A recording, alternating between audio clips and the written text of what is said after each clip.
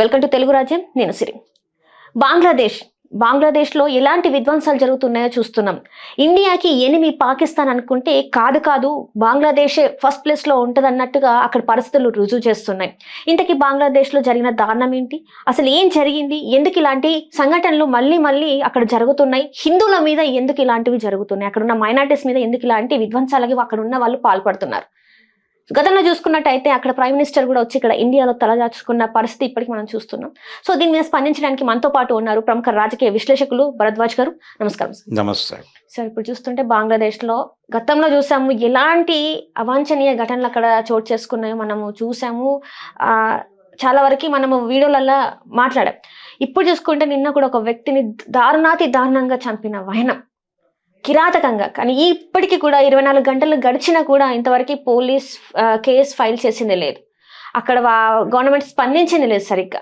So వీటిని చూసి మనం అంటే దీని మీద మీ స్పందన ఏంటి సార్? అంటే మతం అనేది ప్రమాదకరమైనటువంటి వాతావరణం క్రియేట్ చేస్తుంది అనేది అందరికీ తెలుసు. ఇక్కడ జరిగింది ఏంటి, అతను దీపు అనేటువంటి వ్యక్తి మీద జరిగింది దాడి. అతను వెస్ట్ బెంగాల్ నుంచి అక్కడికి వెళ్ళాడు, తూర్పు బెంగాల్కి వెళ్ళాడు. తూర్పు బెంగాల్ అని మనం అంటాం, బంగ్లాదేశ్ కింద వ్యవహరిస్తున్నారు. ఈస్ట్ బెంగాల్ బంగ్లాదేశ్.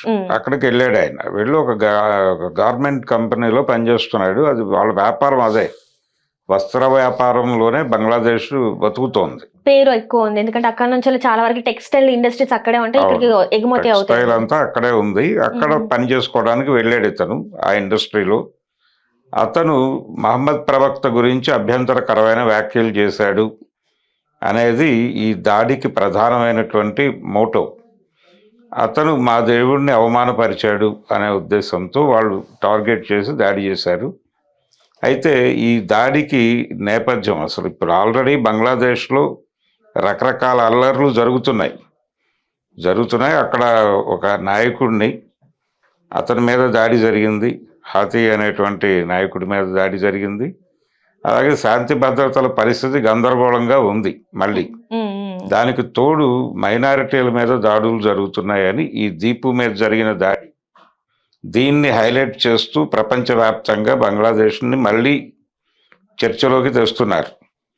మైనారిటీల మీద దాడులు జరగటం అనేది ఎక్కడైనా ఒకటిగానే చూడాలి. ఇప్పుడు భారతదేశంలో చాలామంది ఈ దీపు మీద జరిగినటువంటి బంగ్లాదేశ్లో జరిగిన ఈ హత్య గురించి భారతదేశంలో ప్రతి ఒక్కళ్ళు స్పందిస్తున్నారు. మన ప్రభుత్వము స్పందించింది, ఆల్రెడీ రాయబారులను వెనక్కి తీసుకుంటా ఉన్నారు, సీరియస్గానే స్పందించారు. నిజానికి 24లో జరిగినటువంటి అల్లర్ల సందర్భంగా అక్కడ పవర్లోకి వచ్చినటువంటి నోబెల్ అవార్డు గ్రహీత యూనస్, అతని మీద తీవ్రమైనటువంటి వ్యతిరేకత నడుస్తోంది ప్రపంచవ్యాప్తంగా. ఈ నడుస్తున్నటువంటి క్రమంలో అక్కడి నుంచి పారిపోయి వచ్చినటువంటి షేక్ హసీనా ఇక్కడ తలదాచుకుంటున్నారు. ఆవిడ ఇక్కడే ఉన్నారు అనేది అందరికీ తెలుసు, కానీ ఎక్కడా కూడా బయటికి రానటువంటి పరిస్థితి, ప్రభుత్వం కూడా అంగీకరించినటువంటి సందర్భం ఉంది. దీని మీద అసలు అక్కడి నుంచి ఈ రెండు దేశాల మధ్య ద్వైపాక్షిక సంబంధాలు కొంత ఇబ్బందికరంగా నడుస్తున్నాయి. సరే, ఇది ఒక పక్కన పెట్టేస్తే ఈవిడ ఇక్కడ ఉన్నారు. ఆ సందర్భంగా భారత ప్రభుత్వం చాలా సీరియస్గా రియాక్ట్ అవుతోంది.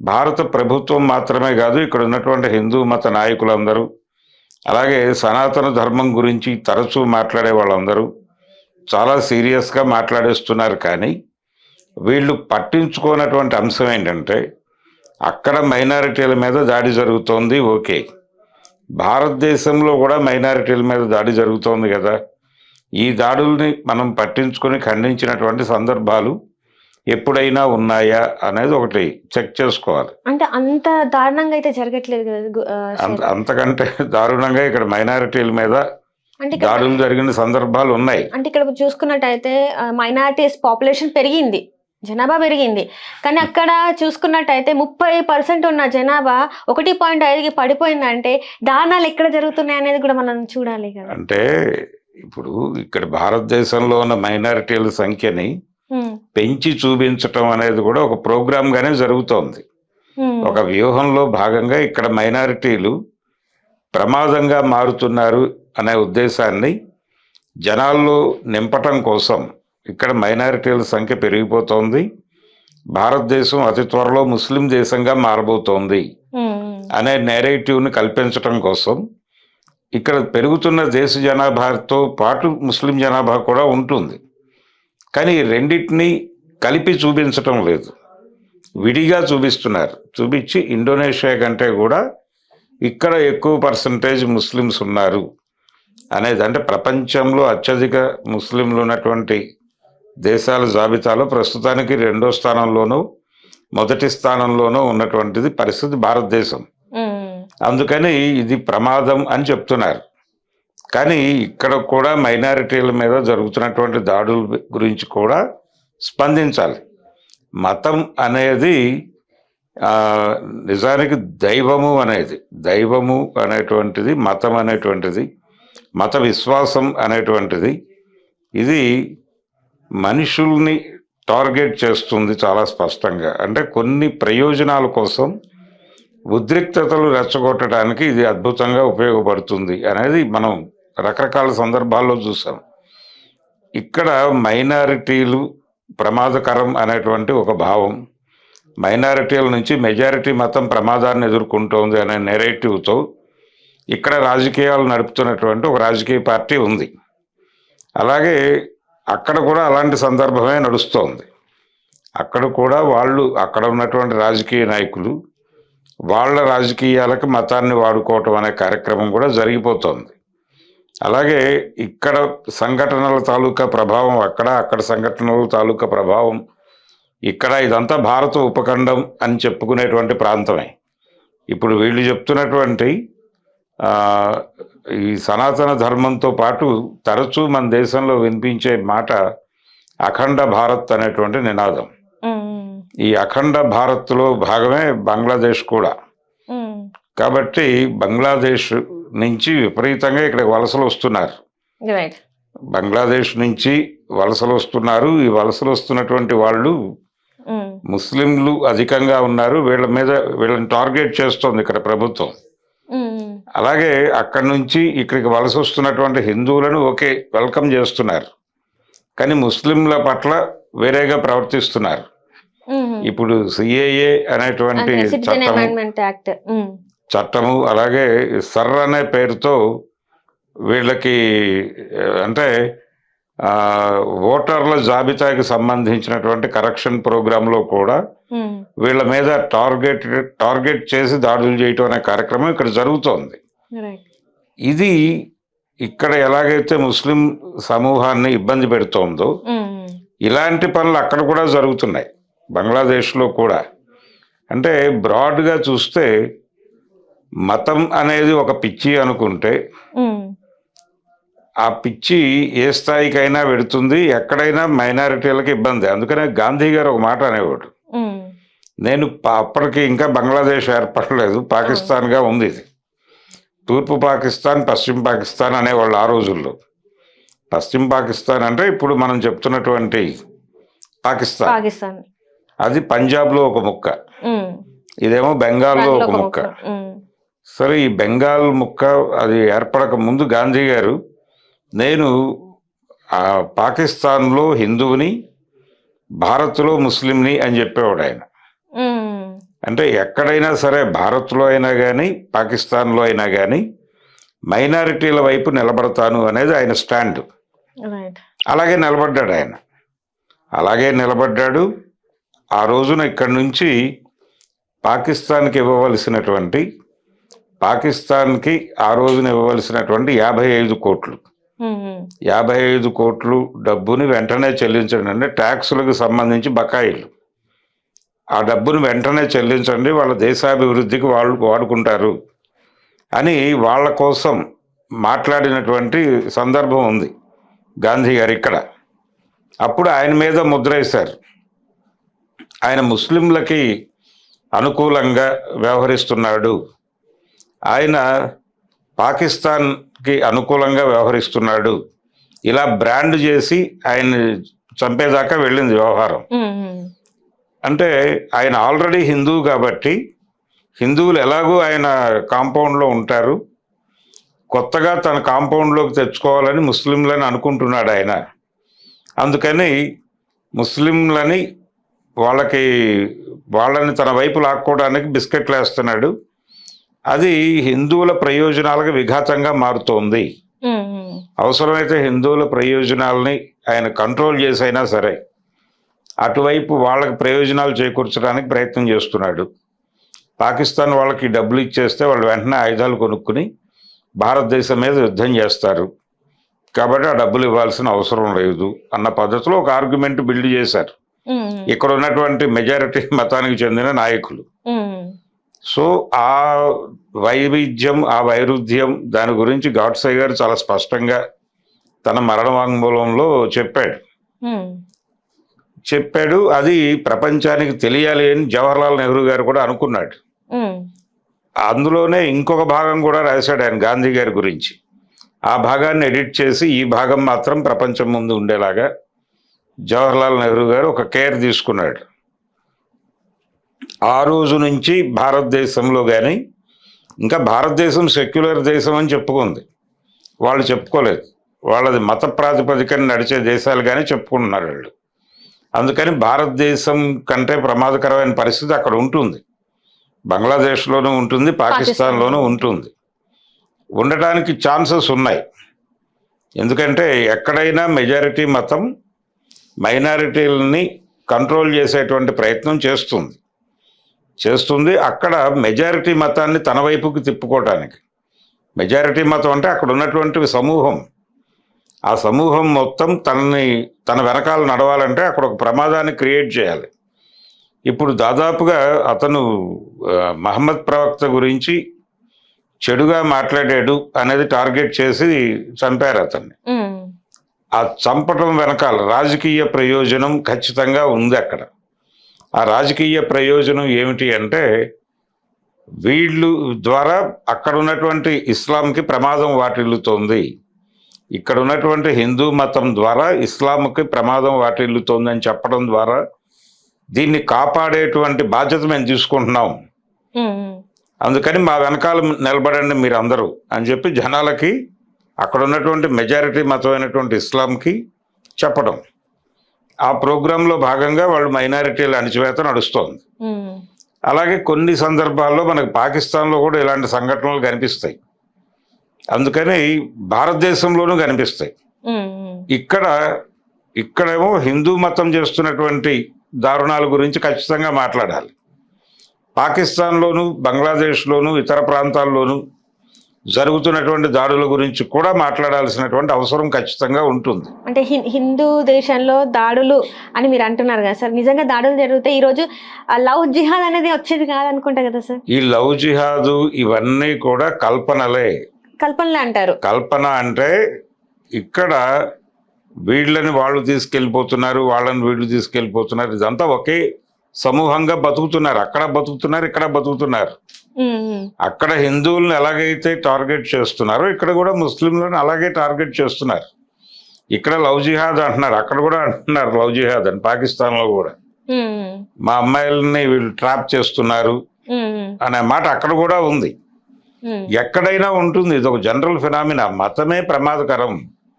అంటే మతం అనేది దానికి ఒక ప్రయోజనం ఉంటుంది. దైవ భావన, ఆధ్యాత్మికత అనేది ఒక గొడవ. అయితే ఈ మతం అనే దానికి ఒక పోలీసింగ్ స్ట్రక్చర్ ఉంటుంది. ఆ పోలీసింగ్ స్ట్రక్చర్ ఏంటంటే దీని తాలూకా పూజారి వ్యవస్థ ఉంటుంది. ఈ పూజారులు వీళ్ళందరి జీవితాలు దాంతో ముడిపడి ఉంటాయి. అందుకని తమని తాము కాపాడుకోవడానికి, తమ జీవనాన్ని కాపాడుకోవడానికి వీళ్ళు మత గ్రంథాలలో ఉన్నంత లిబరల్గా వీళ్ళు ఉండరు. ప్రతి మత గ్రంథం చాలా లిబరల్గా ఉంటుంది, కానీ ప్రతి మతం అనుసరించే వాళ్ళు చాలా రిజిడ్గా ఉంటారు. పక్క మతాన్ని కించపరచకుండా వీళ్ళ మాట నడవదు. మనం ఇక్కడ చాలా మందిని చూస్తున్నాం. ఇప్పుడు ఈ మధ్య కాలంలోనే రాధా మనోహర్ దాస్ లాంటి వాళ్ళు క్రైస్తవం మీద చేసినటువంటి విశృంఖల వ్యాఖ్యలు చూసాం. అంటే ఇప్పుడు వాళ్ళు కూడా ఏమంటారు అంటే, తనేమంటారంటే మమ్మల్ని అంటే హిందువులను బలవంతంగా మాయమాటలు చెప్పి క్రిస్టియానిటీలోకి మత మార్పులు చేస్తున్నారు, అందుకే ఇలాంటి స్టాండ్ తీసుకున్నామని చెప్పేసి తను మాట్లాడుతూ ఉన్నారు. మత మార్పిడి అనేది ఎక్కడైనా సరే ఒక మతాన్ని కన్సాలిడేట్ చేయడానికి ఉపయోగపడే పదం. ఎక్కడ మత మార్పిడులు జరిగినా ఎవరు మారారు? మతం మారుతున్న వాళ్ళు ఎవరు? ఇప్పుడు ఇక్కడ కూడా మతం మారినటువంటి, ఇస్లాంలోకి మారినటువంటి వాళ్ళల్లో మెజారిటీ మైనారిటీ మతం నుంచి వెళ్ళిన వాళ్ళే ఉంటారు. మైనారిటీ కులాలు, మైనారిటీ అంటే కింది కులాలు, కింది కులాల వాళ్ళే మతం మారుతారు. ఎందుకు మారుతారు? పాలనా మతంగా ఏది ఉంటే ఆ మతంలోకి వెళ్ళటం ద్వారా కొన్ని ప్రయోజనాలు నెరవేరుతాయి అనుకుంటారు. ఇక్కడ ఉన్నటువంటి ఇబ్బందికర పరిస్థితి, క్రైస్తవంలోకి ఎందుకు ఈ దేశంలో మెజారిటీ కింది కులాల వాళ్ళు వెళ్ళారు? అది మాల కావచ్చు, మాదిగ కావచ్చు, లేకపోతే అంతకంటే కింది కులాలైనటువంటి రెల్లి కావచ్చు, ఇంకా కింద ఉన్నటువంటి కులాలు కూడా ఉన్నాయి, డక్కలి, ఇవన్నీ. సరే, వీళ్ళందరూ ఎందుకు కొంత క్రిస్టియానిటీ వైపు మొబిలైజ్ అయ్యారు బ్రిటిష్ జమానా నడుస్తున్న రోజుల్లో అంటే, అది వాళ్ళు మిషనరీస్ పెట్టి, స్కూళ్ళు పెట్టి, వీళ్ళకి భోజనాలు, ఉపాధి అవకాశాలు ఇలాంటివన్నీ కల్పించేవాళ్ళు. తద్వారా ఆ ప్రయోజనాల కోసం ఆ మతంలోకి కూడా వెడితే, అంటే ఇక్కడ ఉన్నటువంటి క్యాస్ట్ స్ట్రక్చర్ లేదు కదా అని అటు వెళ్ళారు వీళ్ళు. తీరా వెళ్ళిన తర్వాత ఇక్కడ ఉన్నటువంటి అగ్రకులాలు కూడా అందులో చేరినాయి.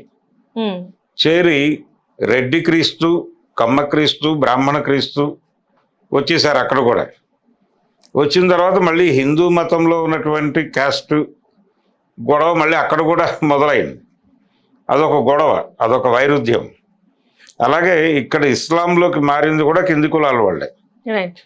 ఏది 1000 సంవత్సరాలు ఈ దేశంలో ముస్లిం రూల్ నడిచింది.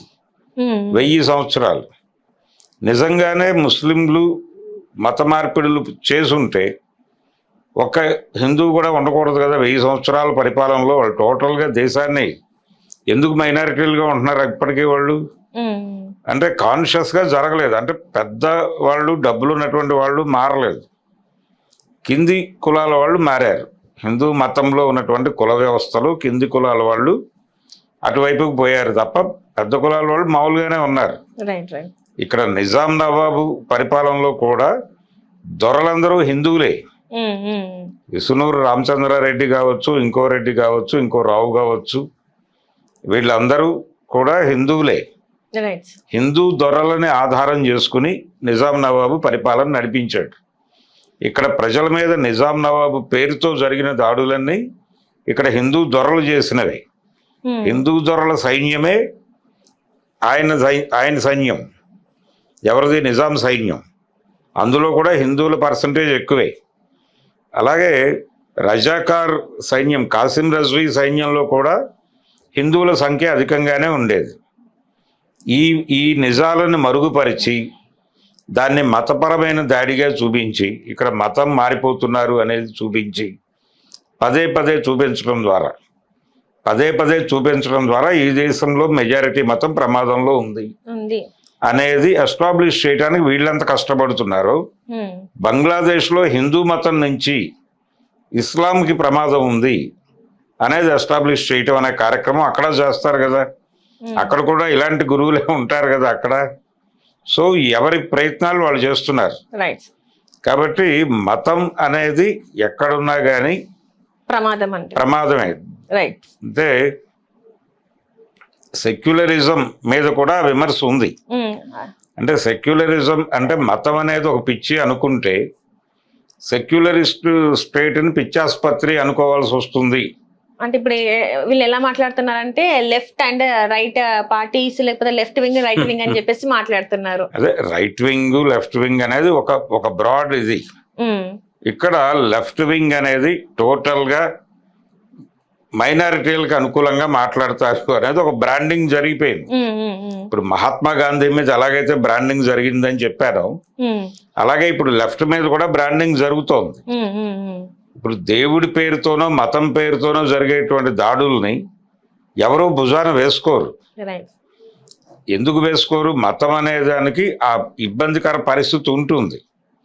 కానీ ఇప్పుడు ఇక్కడ క్రైస్తవ ఆ రోజుల్లో దారాసింగ్ అనేవాడు అక్కడ ఒరిస్సాలో ఒక క్రైస్తవ ఫాదర్ కుటుంబాన్ని సజీవంగా తగలబెట్టినటువంటి సందర్భం మనకు తెలుసు కదా. అతను ఎలా తగలబెట్టాడు అదంతా కోర్టులో ప్రూవ్ అయినటువంటి వ్యవహారమే కదా. మరి ఆ సందర్భంగా వీళ్ళందరూ మాట్లాడారా? ఇప్పుడు బంగ్లాదేశ్లో జరిగినటువంటి దారుణం గురించి మాట్లాడుతున్న వాళ్ళు ఇక్కడ దారా సింగ్ పీటర్ స్టైన్స్ అనుకుంటా ఆయన మీద ఆయన కుటుంబం మీద జరిగినటువంటి దాడి గురించి వీళ్ళు ఎవరైనా సీరియస్గా మాట్లాడారా? ఘర్షణ పడ్డారా? ఇక్కడ అంటే ప్రపంచంలో ఎక్కడైనా సరే ఏ మతపరమైనటువంటి దాడి జరిగినా ఖండించేటువంటి పరిస్థితి ఉండాలి ఎవరికైనా. అంటే మతం అనేది ప్రమాదకరం. మతం అనేది ఒక అంటే ఇప్పుడు మనుషులు వాళ్ళు ఫిజికల్ కష్టాల్లో నుంచి యునైట్ కావటం వేరు, కానీ భావాత్మకమైనటువంటి ఆవేశాన్ని వాళ్ళల్లో రేపి వాళ్ళందరినీ కన్సాలిడేట్ చేయటం అనేది ప్రమాదకరం. ఇప్పుడు స్వర్గం నరకం అనేటువంటి రెండు పదాలు అవి ఉన్నాయో లేదో ఎవరు చూసుండ్రు, కానీ ఆ రెండిటి మీద బోల్డ్ వ్యాపారం జరుగుతోంది ప్రపంచవ్యాప్తంగా. ఇదంతా కూడా మతపరమైన వ్యాపారం లింక్ అయ్యి ఉంది దీనిలో, ఈ భావజాలాన్ని పంపిణీ చేయటంలో. బోల్డ్ లిటరేచర్ అచ్చవుతుంది. పుణ్యం, మీరు స్వర్గానికి వెళ్ళాలంటే ఏం చేయాలని ఒక పుస్తకం ఉండదు, కొన్ని చదివేస్తూ ఉంటారు జనాలు. ఆ స్వర్గం చూసిన వాళ్ళు ఎవరూ లేరు, ఎవరి నేరేటివ్ వాళ్ళది. నరకం చూసిన వాళ్ళు ఎవరూ లేరు. ఇలాంటి అసలు మనం చూడని సరుకుల్ని మన చేత కొనిపించి వ్యాపారం చేసేసుకుంటున్నటువంటి పరిస్థితి ఉంది. దీంతో మనుషుల బుర్రల్ని కంట్రోల్ చేయటం కూడా చాలా ఈజీ. ఒక చోట కూర్చుని ఒక చిన్న మాట చెప్పేసి దాని ద్వారా రెచ్చగొట్టచ్చు. ఇప్పుడు బంగ్లాదేశ్లో మన హిందువుని చంపేశారు కాబట్టి మనం ఇమ్మీడియట్గా కన్సాలిడేట్ అయిపోయి కుదిరితే రాత్రికి మనం పగ తీర్చుకోవాలి, ఇక్కడ కూడా ఒక ఇద్దరు ముస్లింలని కొట్టండి అంటే ఏమిటి పరిస్థితి? అలాంటివి జరిగినాయి ఈ దేశంలో. దానికి ఎక్కడి దాకానో ఉదాహరణ కోసం వెళ్ళక్కర్లేదు. ఇక్కడ సికింద్రాబాద్లోనే మల్కాజ్గిరి ఏరియాలో ఈ 90 దశకం ప్రారంభంలో ఒక మసీదు మీద దాడి జరిగింది. కొంతమంది హిందూ యువకులు, అంటే వాళ్ళు అప్పటికి రెగ్యులర్గా రాష్ట్రీయ స్వయం సేవక సంఘ్ జరిపేటువంటి శాఖకి వెళ్ళేవాళ్ళు. అయితే ఆ శాఖ నిర్వహిస్తున్న వాళ్ళకు కూడా తెలియకుండా రహస్యంగా వీళ్ళు చేశారు ఆ పని. వాళ్ళందరూ కూడా చదువుకుంటున్న కుర్రాళ్ళే, స్టూడెంట్స్.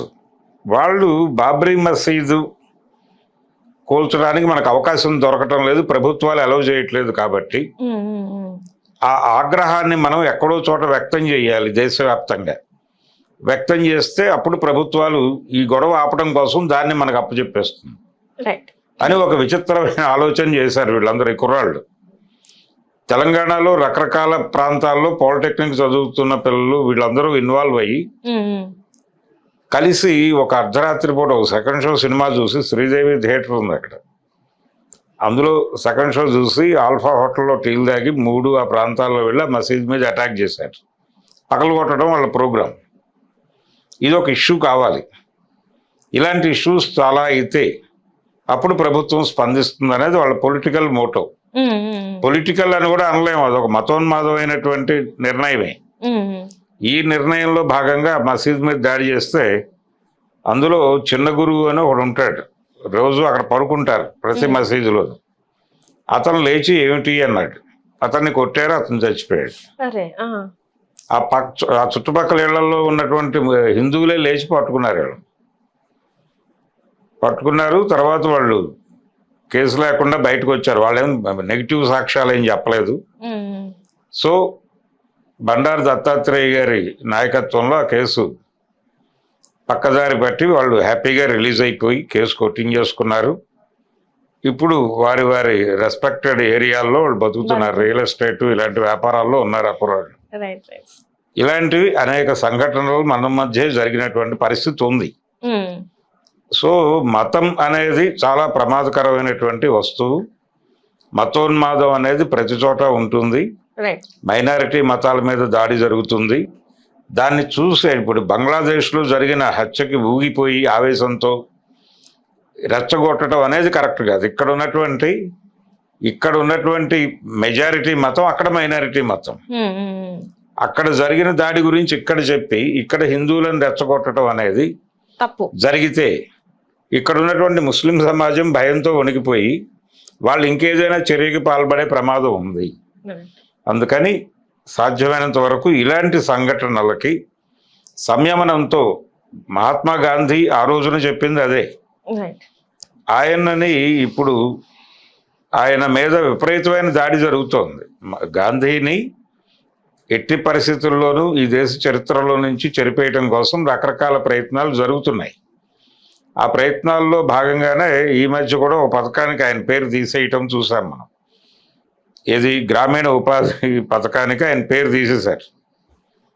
నెమ్మదిగా నోట్ల మీద కూడా ఆయన బొమ్మ తీసేసే ఛాన్స్ ఉంది.